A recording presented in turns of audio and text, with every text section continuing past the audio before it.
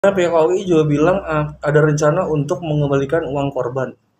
Mungkin sampai saat ini ada komunikasi atau seperti apa? Belum ada sama sekali mobil kami, gitu kan? Bahwa Olivia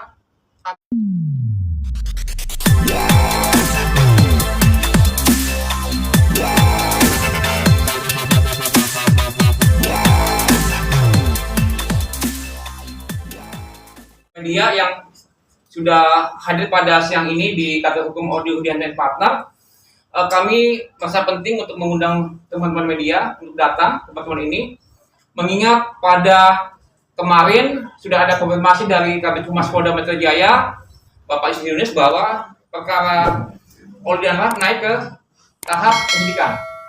Nah, menjadi penting bagi kami untuk menyampaikan sikap kami, karena perkara ini adalah perkara yang menyangkut mafia CPNS yang paling besar ya selama masa reformasi, gitu, dengan korbannya mencapai 205 orang. Mungkin sebelumnya ada juga calon-calon CPNS tapi tidak pernah sebesar ini, begitu ya. Nah, kenapa kami merasa penting? Satu adalah bahwa sampai awal Oktober itu Oli masih mencari mangsa. Artinya, walaupun kita sudah memberikan somasi diberikan hukum kepada Oli dan Raf, dan Pak Haji sudah datang kepada kantor Raf ya di lapas, ya di lapas ya. Ya. Namun Oli masih berani itu untuk mencari korban lagi, dan korbannya yang kami dapatkan itu adalah posisinya itu di Jawa Tengah. Nanti teman-teman yang dari Jogja, Jawa Tengah akan ngomong ya tentang kondisi korban gitu. Yang kedua juga sudah adanya statement dari Menpan RB Cahyokumolo yang mengatakan bahwa dia sudah minta pada Kapolda untuk mengusut tuntas ya mafia CPNS yang melibatkan calonnya yaitu Oli gitu. Terus juga yang ketiga adalah bahwa dari anggota dewan juga Komisi 3 ya, Komisi Hukum, Pak Asusani sudah minta untuk diusut tuntas kali ini. Jadi buat kami tidak ada pilihan ya selain disegerakan, dibuka seluas-luasnya, diketahui oleh masyarakat gitu ya, sehingga di masa depan nggak ada lagi korban-korban CPNS gitu. Jadi itu dulu yang saya buka kepada teman-teman. Bang, tadi abang bilang masih sampai awal Oktober ya, Oli? Sampai akhir bulan September. Akhir bulan September. Ya. Oke, itu bakal jadi bukti tambahan nggak bang? Betul. Jadi kami sudah diminta oleh pihak penyidik untuk menghadirkan saksi yang bersangkutan, gitu ya. Nanti saya share teman-teman ya tentang apa percakapan antara Oli dengan korban, ya. Yang pada intinya adalah bahwa Oli itu panjang semua ya chatnya ini, memastikan, menjamin bahwa uang yang diberikan oleh korban kepada Oli itu cuma bahasanya lah untuk ongkos aja, ya, menggantikan orang yang mundur, ya, namanya sudah masuk jadi CPNS tapi dia mundur karena terlibat narkoba, gitu loh dalihnya, ya. Nah itu kemudian nanti saya bagi ke teman-teman rekaman percakapan antara Oli dengan korban.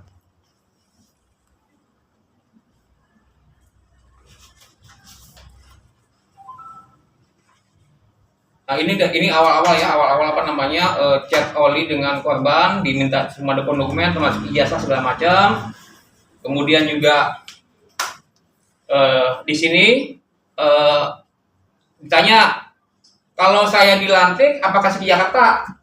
Enggak, nanti kamu di Purwokerto aja sebagai domisili, gitu. Kemudian ini ada bukti lapornya, 15 juta, bayangin aja ya, yang dia bilang bimbel 20 juta, dia pun pada akhir September masih mau nerima uang 15 juta. Yang mungkin karena pojok kali ya, saya nggak tahu lah kayak gitu, ya. Kemudian diberikan password ya untuk Zoom pelantikan. Ya, tapi si korban bilang, ini kok saya nggak bisa pakai masker nih, gitu. Akhirnya Oli bilang, oh mas tunda mas, jadi besok Zoom pelantikannya.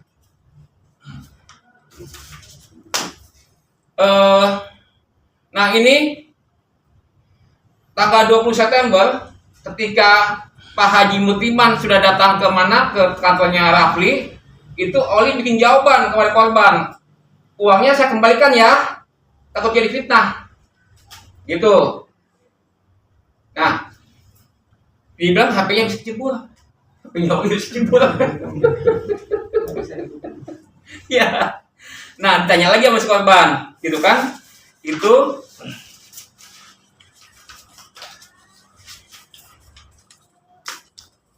dari tanggal 29 September sampai tanggal 13 Oktober sudah nggak lagi dijawab, ya, cuma dibaca doang, baca yang dua tuh, Tapi duitnya sudah dikembalikan. nggak dikembalikan uangnya, gitu ya. Itu yang sekilas tentang korban. Nah, ini ada teman-teman dari tim saya di Jawa Tengah dan Jogja. Ada beberapa yang sudah melaporkan pada teman-teman di Jogja, Jawa Tengah, tapi baru satu atau dua yang udah ngasih data, lengkapnya ini, ya. Silakan. Ini punya. Coba yang Jogja mana? Yang Jogja mana? Diri.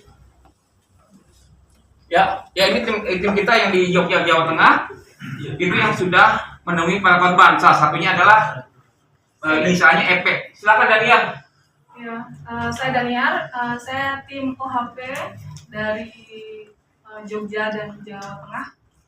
Kebetulan di sini saya pernah disuruh Pak Odi untuk datang ke korban yang inisialnya EP itu, datang ke rumah korban yang mana rumahnya di Cilacap, beserta rekan-rekan kami.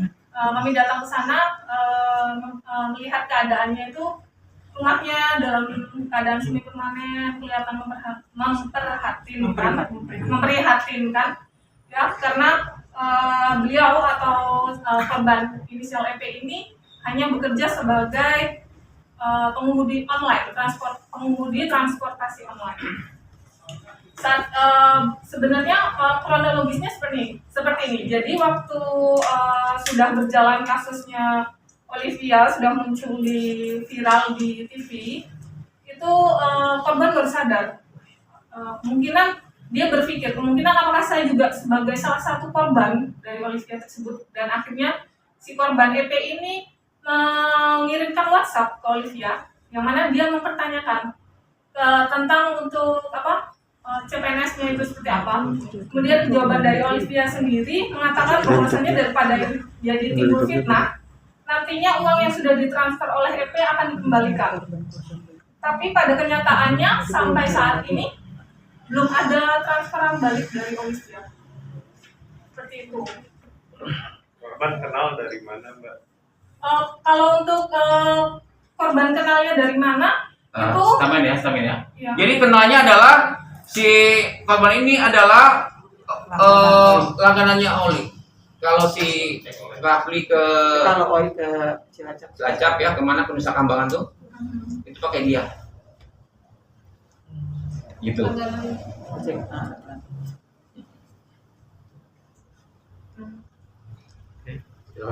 Itu yang berkaitan dengan korban terbaru yang muncul setelah kita membuat laporan ataupun Pak Haji sudah datang ke kantornya Rafli, atau kita sudah bikin somasi pada Olivia. Gitu. Bang, kemarin pihak OI juga bilang ada rencana untuk mengembalikan uang korban.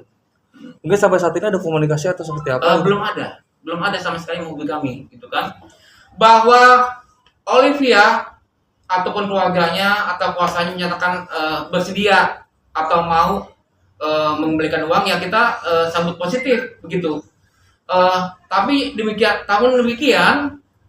ada sesuatu yang menjadi juga buat kami itu adalah pertanggungjawaban kepada masyarakat, ya, bahwa ini adalah perkara yang menjadi atensi masyarakat, gitu. Kalau kemudian perkara ini kemudian selesai ditutup saja begitu, gitu kan, sehingga akan jadi pertanyaan, gitu kan, sebenarnya Oli ini salah atau tidak, kan gitu.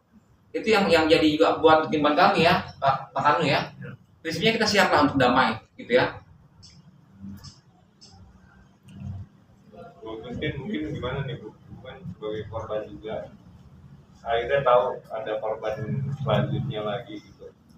Ya, kalau menurut saya ya sudah sungguh ya luar biasa lah, nggak masuk di akal. Orang kok sudah dilaporkan, sudah diinsomasi, ya bahkan sudah viral, kok masih nyari korban gitu. Maksudnya apa? Ya seperti itu. Apa mungkin dia karena udah kekurangan uang untuk transport, dia pulang dari Cilacap untuk kembali lagi ke Jakarta. Jadi dengan hal-hal licik gitu ya. Bahkan ya sangat mirisnya itu adalah langganan dia loh. Nah, yang menurut saya dapat informasi, Ya, langganan dia yang baru, yang belum lama dikenal pastinya, karena tiap hari kan kalau dia ke sana kan akan jemput gitu ya, seperti itu. Jadi ya nggak masuk di akal ya kalau di akal sehat saya hal seperti itu gitu. Jadi menghalalkan segala cara. Tapi dengan kasus ini naik sudah ke tahap penyidikan itu, sendiri merasa tegang, artinya ya kasus ini akhirnya diproses. Nah, penyidikan ya. Oh ya, saya terus terang lega ya. Disitulah nanti akan terungkap siapa yang benar, siapa yang salah. Karena semua bukti-bukti sudah kita berikan. Semua bukti-bukti yang diperlukan oleh penyidik sudah kami berikan. Nanti disitulah baru ketahuan apakah sudah terbukti dia jadi tersangka atau tidaknya, kita serahkan kepada penyidik. Tapi Ibu sendiri maunya uang itu balik atau tetap proses hukum biar berjalan lanjut aja atau gimana? Ya, kalau saya dari awal pertama saya tampil di media, saya selalu menghimbau, ayo kita selesaikan secara baik-baik, ya, karena korban ini amat butuh uang tersebut. Kenapa? Dari rakyat ya yang penghasilannya juga kecil, apalagi sekarang sudah berhenti bekerja, ada yang jual sawah, ada yang gadain rumah, terus sertifikat BPKB motornya dileasingkan dan sebagainya, apalagi mereka saat ini terus terang butuh sekali pekerjaan, ya. Paling tidak kalau uang dikembalikan itu bisa buat modal buat teman-teman semua, ya. Sekali lagi dari awal saya tampil di televisi, saya sampaikan ayo selesaikan dengan baik, awal dari baik, akhirnya pun akan baik. Kalaupun nanti ada proses selanjutnya itu saya serahkan kepada pihak yang berwajib. Ikhlas Bu kalau uang itu nggak akan kembali ke ibu atau ke korban lain? Ya, silakan. Ya, begini. Terhadap uang korban tentu aja ya dari kami sebagai korban itu akan tetap meminta pertanggungjawaban dari Oli dan Rap gitu ya.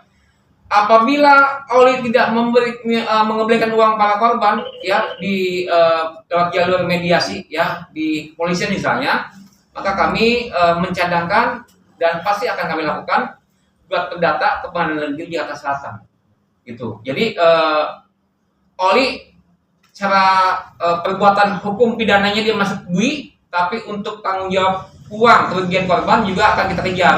Nah di sini tentu aja Oli tidak cuma sendirian yang bertanggung jawab, tentu aja pihak-pihak yang kami anggap menikmati atau kita anggap sebagai pihak yang ikut bertanggung jawab terhadap perbuatannya Oli akan kita masukkan sebagai tergugat begitu.